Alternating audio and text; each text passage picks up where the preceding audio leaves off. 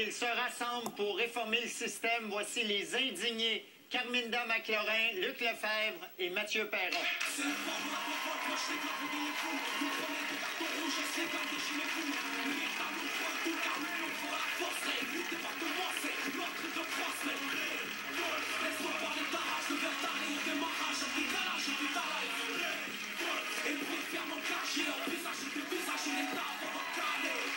Carminda, Luc, Mathieu, bienvenue à Tout le monde en parle.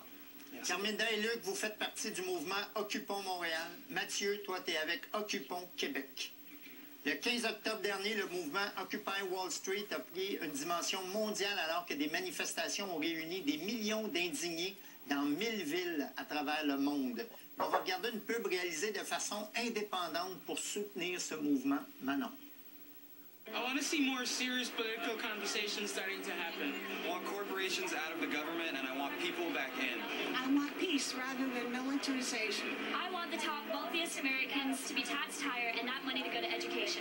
I want economic justice. I want a greater regulation of the banks and the markets. I want my kids to have a job and health care. I want true democracy for the 99% of us who don't have it anymore.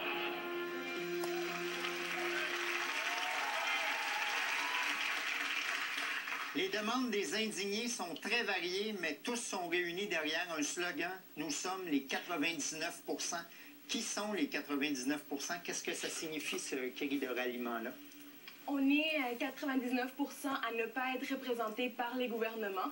C'est un peu ça, c'est une critique de la démocratie telle qu'elle est présentée actuellement.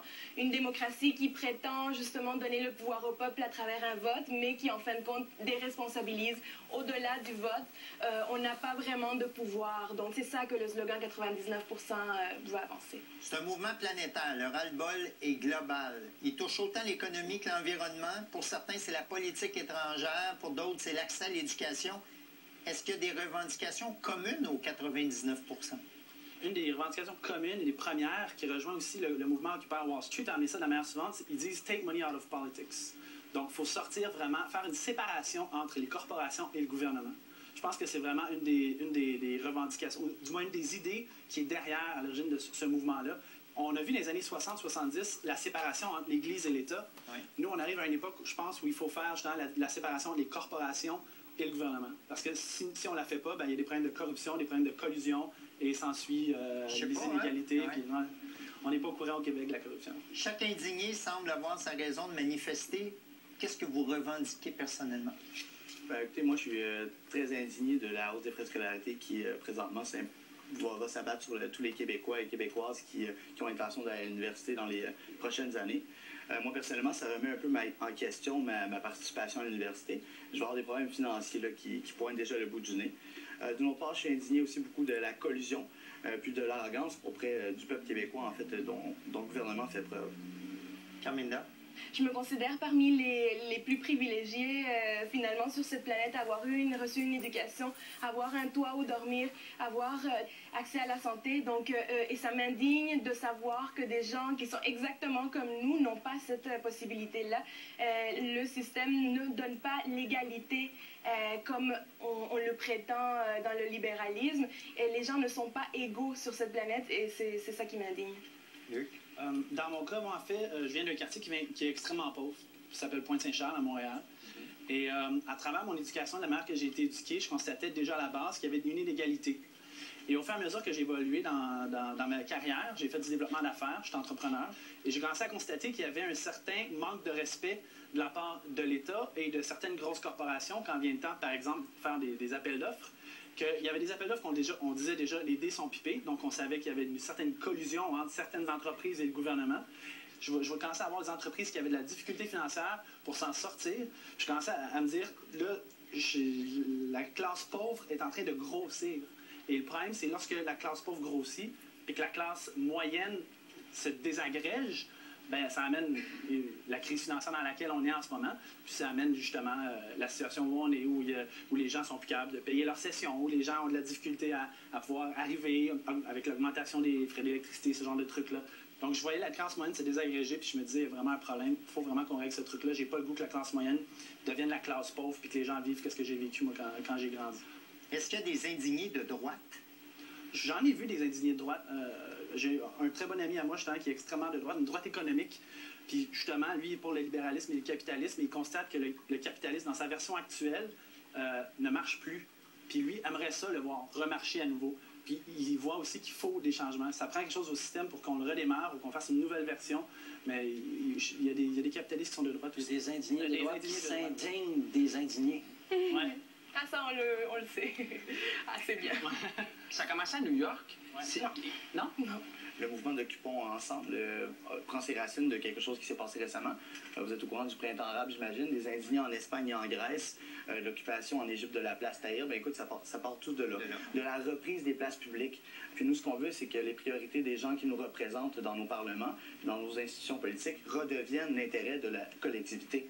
Donc ça, c'est le message qu'on lance à ces gens-là. Mais vous ne pensez pas qu'après que le vent de révolte va s'être atténué, que ça va revenir comme c'était avant et que tout va reprendre sa place? Moi, j'ai un peu de difficulté à croire que ça va revenir comme c'était avant. Et en plus, on est face à une crise mondiale qui est loin d'être en train de finir. Au contraire, on est en train de commencer une grosse, énorme crise.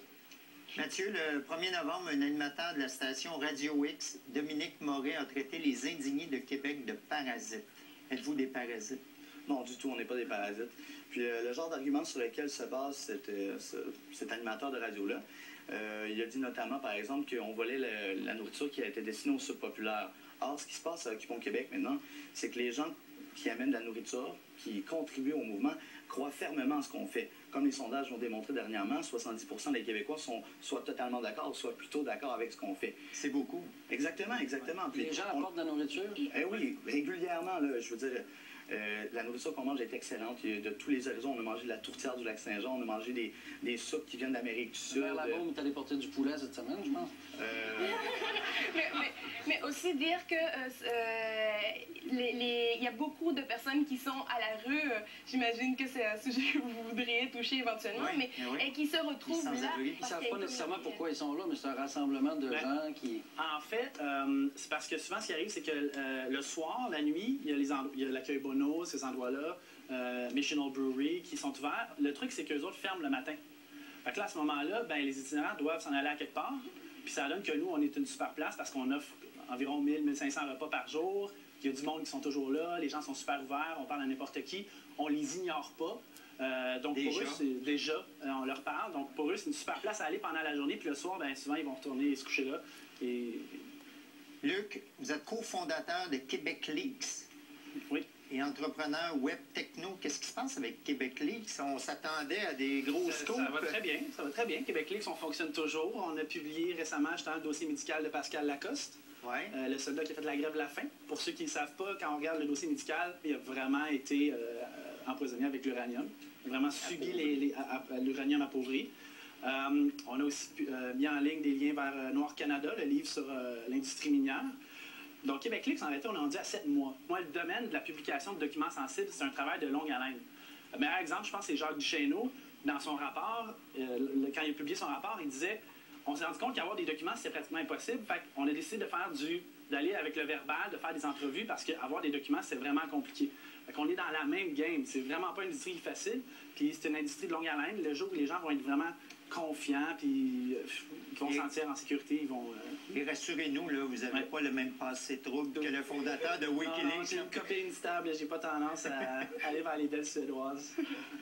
Comme son nom l'indique, le mouvement Occupons Ensemble implique qu'on occupe un lieu symbolique dans la ville et qu'on établit un campement. À Montréal, vous êtes rassemblés au Square Victoria. À Québec, c'est au Jardin Saint-Roch. Qu'est-ce que vous apportez pour vous installer? Il y a des distinctions entre plusieurs campements. Nous, au Québec, on va être différents de plusieurs autres endroits dans le monde parce qu'on fait face à une particularité territoriale. C'est pas le printemps arabe, c'est l'hiver québécois. Non, exactement, exactement. Donc, à Québec, nous, on avait planifié de s'installer pour être capable de se chauffer puis de se nourrir. Or, la ville nous a privés de ces droits-là. À Montréal, le kit d'installation est fait de bâches, de tentes. Il y a une cuisine commune, des endroits de rassemblement pour discuter, débattre. Proposer des solutions également aux problèmes qui pointent le nez depuis déjà quelques temps. Ça, c'est le kit de base. Puis beaucoup d'indignés. En fait, ça, c'est l'élément essentiel de toute la chose. Mais il y a 2 semaines, j'étais à New York, puis je me suis dit, tiens, je vais aller voir Occupy Wall Street. Et je suis tombé sur la première tempête de neige, la première fin de semaine. Non, mais c'est là que j'ai compris que vous allez avoir beaucoup de difficultés à passer l'hiver. Parce que les conditions là, sont hautement désagréables quand il pleut, quand il neige. Là. Et surtout quand on nous interdit de construire des abris en bois qui sont justement ceux qui vont permettre de passer l'hiver et supporter le froid. On nous parle de sécurité, mais des engelures, c'est aussi un problème de sécurité. Alors, qu'allez-vous faire? On va faire pareil. On va... Tu sais, il y a des principes fondamentaux au Canada qui sont liberté d'association, liberté de manifestation, mais on a aussi le droit à la vie puis le droit à la sécurité. Puis nous, le droit à la vie, le droit à la sécurité, ça implique aussi que les gens passent l'hiver au chaud et qu'ils ne se réveillent pas le lendemain matin, ou qu'ils ne se réveillent pas, en fait, le lendemain matin. Point. Donc nous, on va suivre ces principes fondamentaux-là et on ne va pas commencer à faire des concessions sur des principes fondamentaux. Je pense qu'on a le droit de manifester, on a le droit d'être là toute l'année. Les principes fondamentaux ne s'en vont pas, je pense, là, quand l'hiver arrive. Pour une fois que ça va être un vrai Noël du campeur. Ouais. On a déjà créé l'événement Facebook pour Noël. Vous êtes vite sur la création de mouvement, ça. Toi, tu es étudiant, tu es au cégep? Oui, exactement. Okay. Comment tu partages ton temps? C'est quoi, y a-tu comme... Ben, écoutez, il faut partager... T'es là le plus souvent possible ou tu manques-tu des cours? Comment c'est quoi l'histoire? Moi, j'occupe en permanence. Je dors là. Je dors là exactement dans une tente, puis on se chauffe avec ce qu'on peut. Tu as l'air en forme. Ah, ben merci. J'ai une couche de plus là, pour me réchauffer. Moi, je suis chanceux. Ben écoutez, moi, je partage mon temps. Là, je couche là. Le soir, je m'occupe beaucoup d'organiser le camp, de participer aux tâches qu'il y a à faire. Le jour, je vais dans mes cours. T'es fait quand tes travaux? Ben non, c'est pas J'ai fait la nuit. Je dors pas, là, finalement. Est-ce que vous êtes en mesure d'assurer la sécurité des autres activistes comme les sans-abri? Ben, je pense que pour l'instant, oui, mais on aimerait offrir plus. Justement, on aimerait faire un appel à la population s'il y a des gens qui sont des talents quelconques en psychologie ou en gestion de conflits, travail social. On a des universitaires qui viennent souvent sur le terrain pour essayer de nous aider à ce niveau-là. Missional Brewery aussi avait envoyé... il y a quelqu'un qui travaille sur le terrain de Missional Brewery. Donc, si des gens qui ont des capacités quelconques, des intérêts, à pouvoir nous aider à ce niveau-là, ça serait vraiment apprécié. Mais il y a un danger de dérapage. Comment vous faites pour les éviter? À date, vous vous en tirez plutôt bien. Il y a une équipe, en tout cas à Montréal, il y a une équipe de facilitation, de médiation qui s'est créée avec des gens qui, en tout cas tant bien que mal, se sont organisés pour faire face à certaines problématiques. Ce qui est certain, c'est que la limite est la paix finalement. On est un mouvement pacifique. Donc c'est clair que ce qui n'est pas toléré, c'est la violence. Donc on manque de ressources, c'est certain, mais en même temps, on essaye de faire avec ce qu'on a. Qu'est-ce qui ferait que vous pourriez être expulsé, rendu après? Pourquoi, à un certain point, ça pourrait faire « OK, là, c'est trop ». Il y aurait différents trucs. La première des choses, je pense, ça serait des morts, ce genre de trucs-là.